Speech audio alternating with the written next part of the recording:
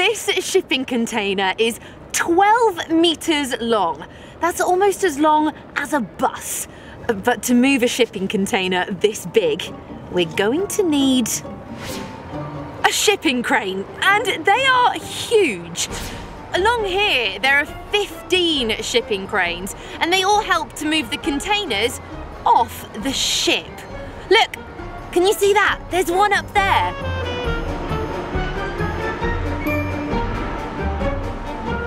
Wow, it goes so high up. The cranes grab and lift the containers onto the quayside.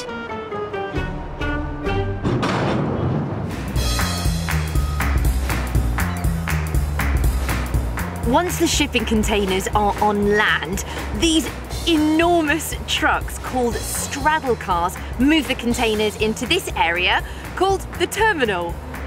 Just look at it! It's like a giant robot dog.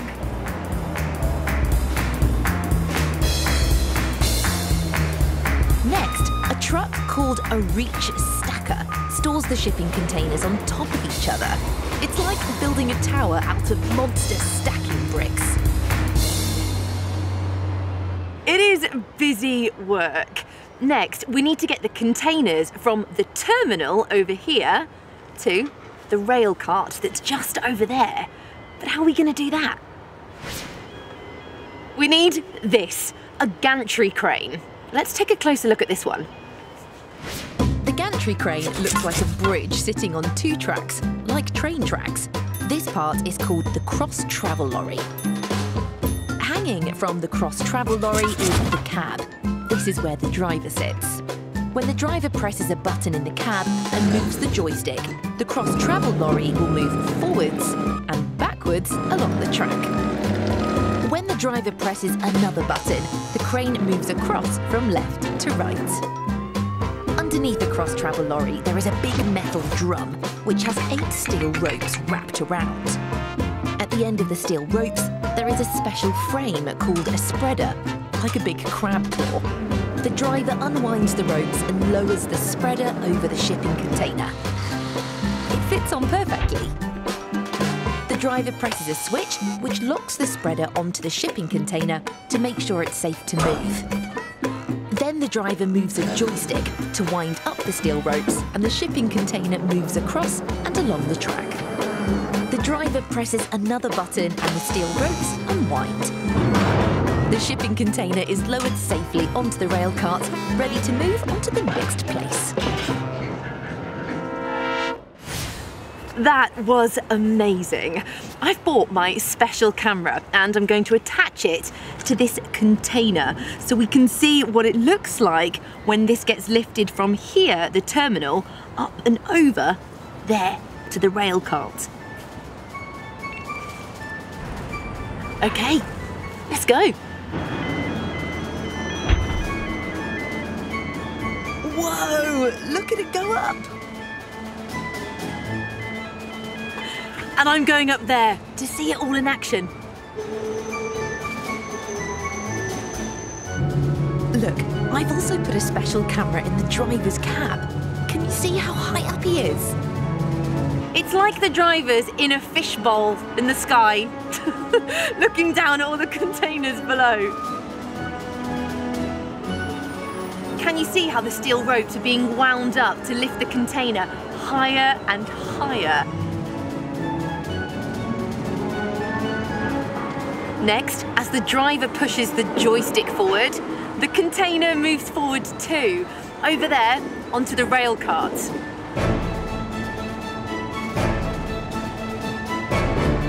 These containers can weigh about 30 tons. That's the same as about 20 family cars, but that's no problem for a gantry crane. Oh! The container is nearly on the rail cart. All it needs to do now is line up the 4 corner pins of the cart with the pins on the container. And listen carefully.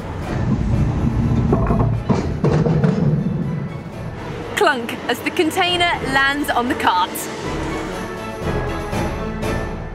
Brilliant. The shipping containers are now ready to be delivered across country on the back of a train.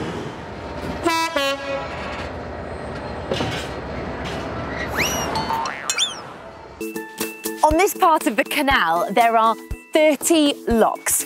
It's called a flight of locks, and it's a bit like a staircase for narrow boats, so they can go up and down the hill.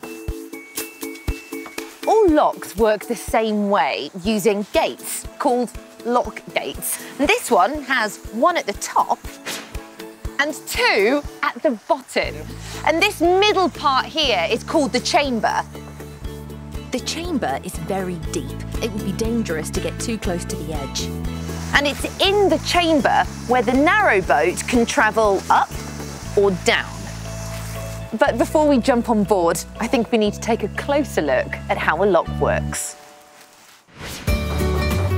When a narrowboat wants to travel downhill, it reaches the lock gate. In the lock gate below is a little door called a paddle. The paddle is opened by turning a special handle called a windlass.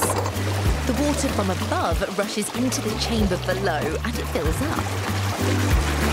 When the level of the water in the chamber is at the same level as the water above, the lock gates are pushed open using a big arm called a balance beam. The paddles are wound down and the boat glides through into the chamber. And the lock gates are closed behind it. Next, the paddle in the lock gate at the other end of the chamber is opened. This makes the water rush out, a bit like going down a plug hole, and the boat gets lower and lower. When the level of the water is at the same on both sides, the balance beam is pushed to open the gate. And the boat moves through and on its way.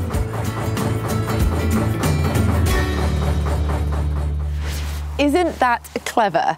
I'd like to see it all working for real though, would you? This is John and he's our skipper. He's going to be driving the narrowboat through the lock today. First, I'm opening up the paddle, the little trapdoor at the bottom of the lock gate, which lets the water in. And I'm using the special handle called the windlass.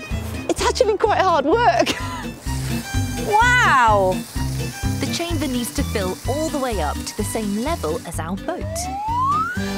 There we go, the chamber is full of water and you can see it's at the same level as the canal where our narrow boat is, which means we can open the lock gate.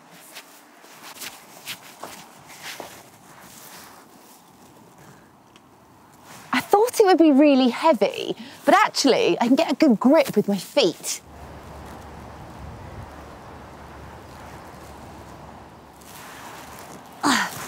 There we go, that's the gate open.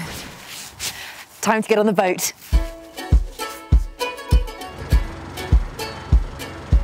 I'm being extra careful as boats can be wobbly. Once the boat is in the chamber, the lock gates can be closed. We're nearly ready to go and I'm going to use my special camera on a long pole so that you can come on board and travel down the lock with me. But first, the lock keepers, Steve and Jill, need to open the paddles at this end, so that the water in the chamber flows out. Wow! We're actually moving down really quickly. Bye! Whilst we're just going down the lock, let's go to the other end of the boat to see what it looks like from the captain's point of view. Wow! Look at that! Can you see all of the water? At the moment, the water is gushing out of the chamber so that the boat is at the same level over that side. Right, let's go back through. When you're down here and the chamber's empty, you can really see just how enormous the lock gates are. And I can't wait for them to open to reveal a whole new part of the canal. Whoa! The gates are open. We can continue on down the hill. Absolutely brilliant.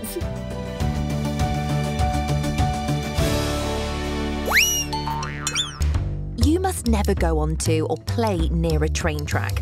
But this track has been closed and all the trains stopped. So I have special permission to go onto the tracks to show you how they work.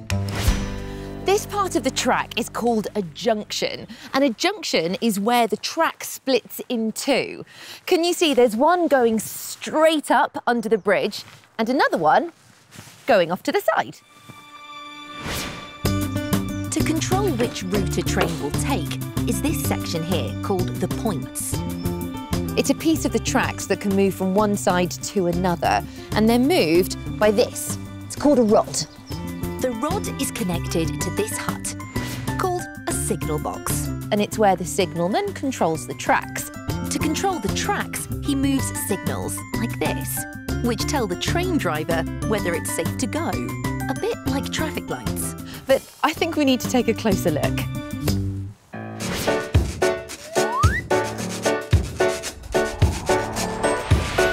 Inside the signal box are lots of levers which pull the rods and wires that run alongside the track. First, the signalman pulls the black lever. This changes the points on the track from one side to the other. Then the blue lever is pulled. This stops the points from changing while the train is moving across. Finally, the red lever is pulled.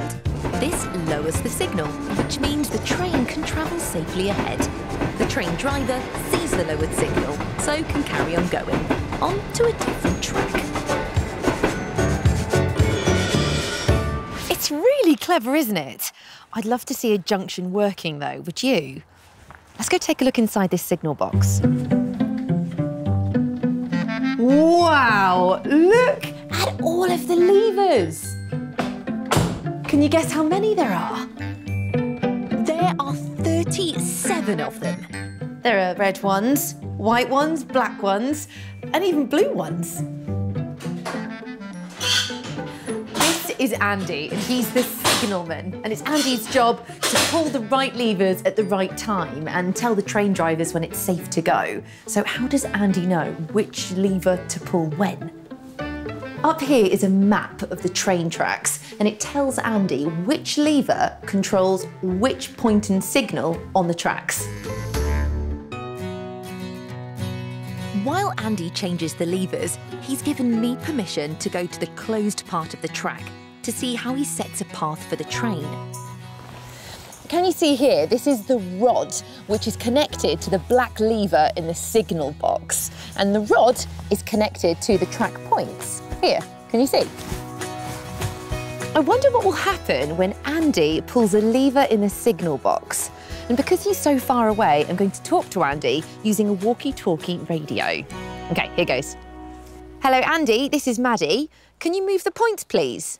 Here we go. That's no problem. I can move the points now. Thank you, Andy. Did you see that?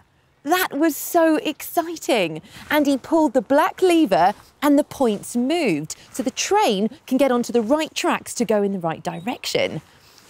Andy, can you pull the blue lever to lock the points, please? I can do that now. Wow, did you see that?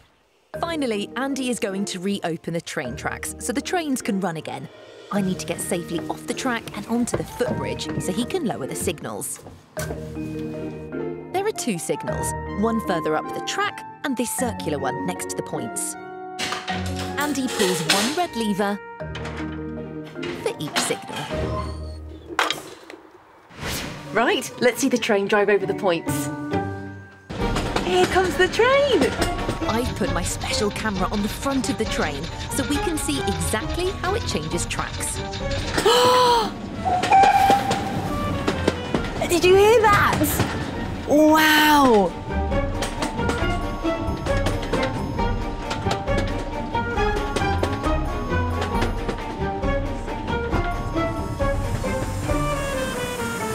There we go! How brilliant was that? The train moved on to the other track.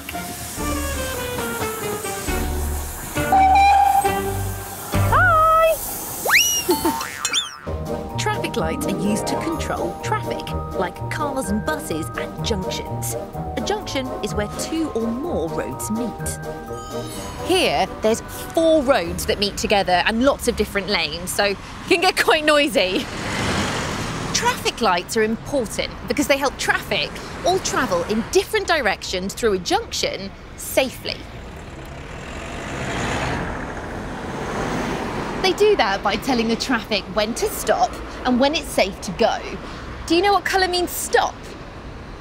That's right, it's red. Can you see? The traffic light is red now. But what do you think happens next? It's changing colour. Look, the traffic light turned green, and green means that it's safe to go. And there, off goes the traffic. But did you notice another colour? That's right. In between the red and the green, there's an amber light.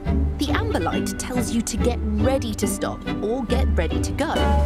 So how do the traffic lights change to keep the traffic flowing so that all the cars can get to where they're going? Come with me. This is a traffic control centre, and it's where traffic lights are controlled and monitored in a city centre. Look at all of these screens showing roads and traffic lights and junctions. It's so busy, and there are so many roads. Traffic lights are controlled by computers, and the computer tells each traffic light how long it needs to be red, when to change to amber, and how long it needs to be green. It's called the traffic lights cycle. But what is a traffic light cycle, and how does it work? I think we need to take a closer look. At a junction, there is a set of traffic lights for each road. The roads coming from the left and right see a red light, so they have to wait. Traffic coming from the top and bottom roads see a green light at the same time. That means it's safe for them to go. The traffic can go straight ahead or turn left. It can also turn right, but it has to wait until the traffic coming in the opposite direction has passed and it's safe to turn. Next, the lights on the roads going from the top to bottom turn amber, then red to make the traffic stop. Then the cars travelling on the road going across see red and amber, then turn to green, so it's their turn to go. They can now drive straight on, go left, or wait to turn right. And the whole cycle starts again to keep the traffic flowing nicely all day long. Wow, it's really clever, isn't it? Shall we see how a junction works from up high? I've got my special steady camera, and a steady camera means that the picture will be smooth and steady even when I put the camera high in the air.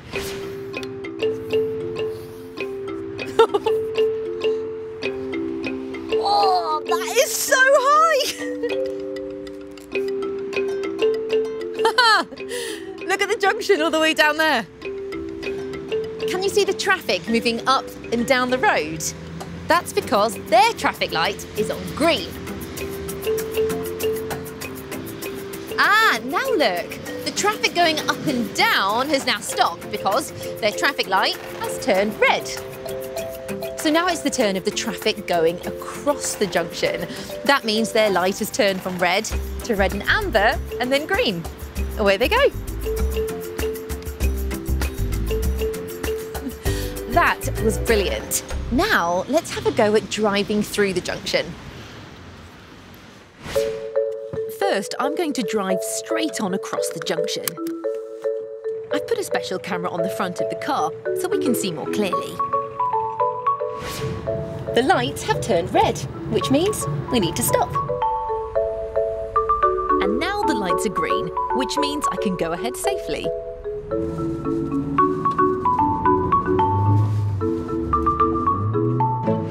This time, I'm going to turn left at the junction.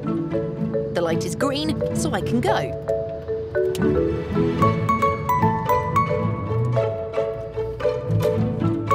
OK, last go. Let's make a right turn. Remember, before turning right, I have to wait until there's no traffic coming from the opposite direction.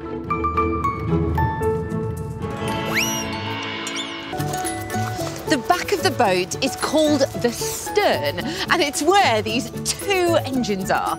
And each engine turns one of these. It's a propeller, and the propeller spins in the water to push the lifeboat along really fast. You should never play near water or boats without a grown-up, but I've got special permission to go on board today. Wow, look! There is lots of equipment to help the lifeboat crew find and rescue people quickly. This is a chart plotter. It's a map of the river. And if you look here, you can see our position just there. And this is a compass. A compass shows the lifeboat which direction they're travelling in. North, south, east or west. Sometimes it can be tricky for the lifeboat crew to spot people in the water, especially if it's at night. So they use a special camera to help them. It sits right up here at the back of the boat. It's called a thermal imaging camera. But how does a thermal imaging camera work? I think we need to take a closer look. When the lifeboat is sent out on a rescue mission, the thermal imaging camera is switched on. The camera measures thermal energy. That's either how hot, like our bodies, or cold, like the sea something is. It can see the thermal energy during the daytime and at night. The camera can be moved up and down, left and right, using a lever called a joystick. The picture from the camera is seen on a screen on board the boat. The hotter something is, the more heat or thermal energy it gives off. Our bodies are warm and give off lots of heat, and the camera will show this as a whitish grey colour. The river water is cold. This camera shows cold as red. So if a person is in trouble in the water, they can be spotted on the thermal camera, and the lifeboat crew can rescue them. Well, today, the lifeboat crew are doing a practice rescue, and they've given me permission to go with them. But to do that, I have to wear the right safety equipment. Because today is a practice rescue, Paul, one of the lifeboat crew members, is going to go in the water, and he's trained to do this. But so that we can see what the rescue looks like from the water, I'm going to put my special camera onto Paul's helmet. If this was a real rescue, the team would get a message from the Coast Guard and quickly get the boat out to sea. It's pushed into the water by a tractor until the water is deep enough to float in. We're on our way to go and find Paul. He's out there somewhere. Look, there's Paul. Can you see him on my special camera? Let's see how quickly the lifeboat crew can find him. Ian's using the chart plotter and the compass so that we go in the right direction in the water. And it looks like we're heading east. It is so fast. Can you see the two engines? They've lowered the propellers into the water. Woo! When they're spinning around to push the lifeboat along quickly. They're noisy, aren't they?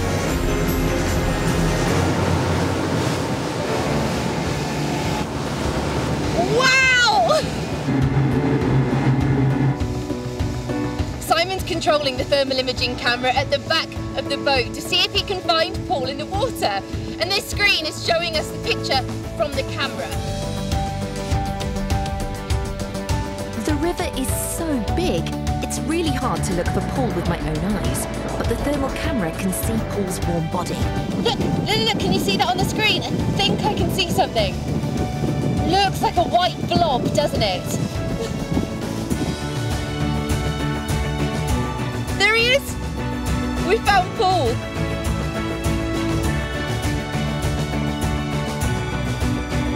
The crew are trained to lift people safely and quickly onto the boat.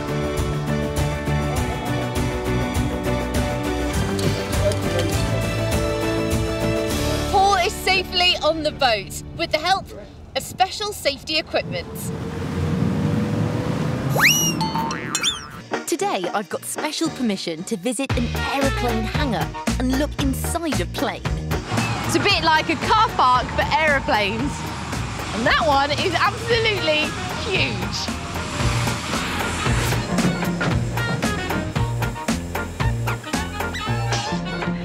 The area where the passengers sit is called the cabin, and the place where the pilots sit is over there.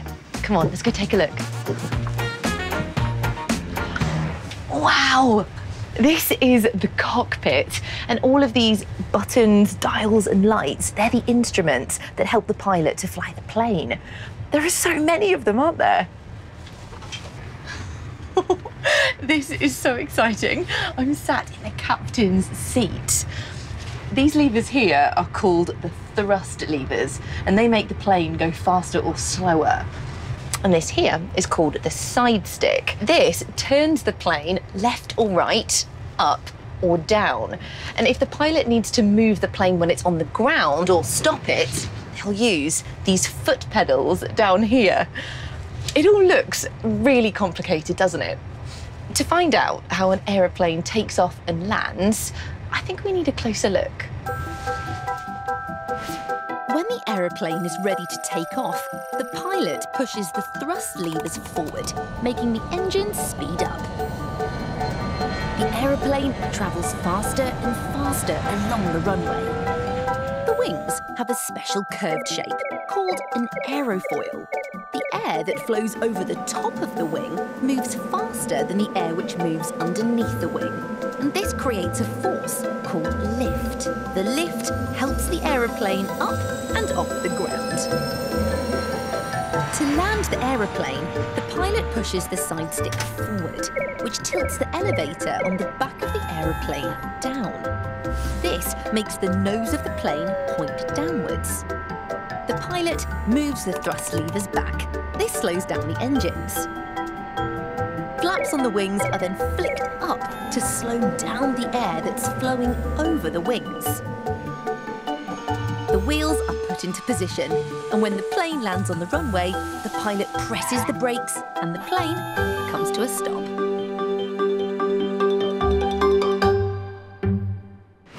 This is where pilots come to practice flying aeroplanes. But can you see any aeroplanes? Pilots learn to fly in these pods called flight simulators. They look just like the cockpits on real planes, but these ones are just for practice. Now this is the really fun part. I get to join Bridget, a pilot, and watch her practice a takeoff and landing.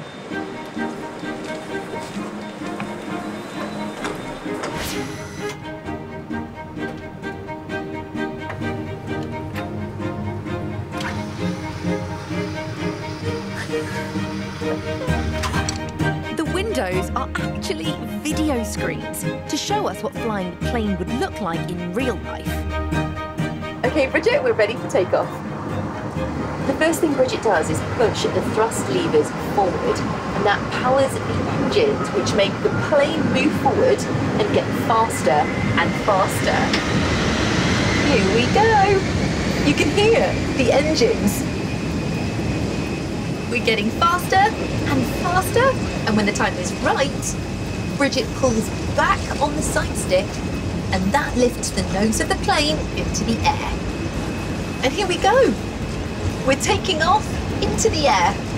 It feels like we're actually flying.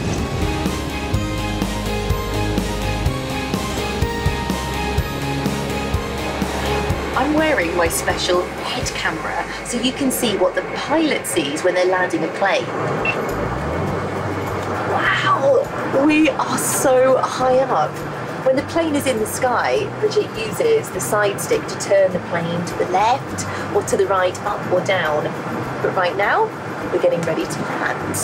Here we go. Bridget gently pushes the side stick forward to make the elevator at the back of the plane tilt down, which makes the nose of the plane dip down. The houses on the ground are getting bigger and bigger, which means the plane is getting lower and lower to the ground. Ooh, we're getting closer. Now, Bridget is pulling the thrust lever backwards, and that will slow the power to the engines, which slows the plane down. And then Bridget uses the foot pedals that will brake and slow down the plane on the ground. we've landed. That was brilliant.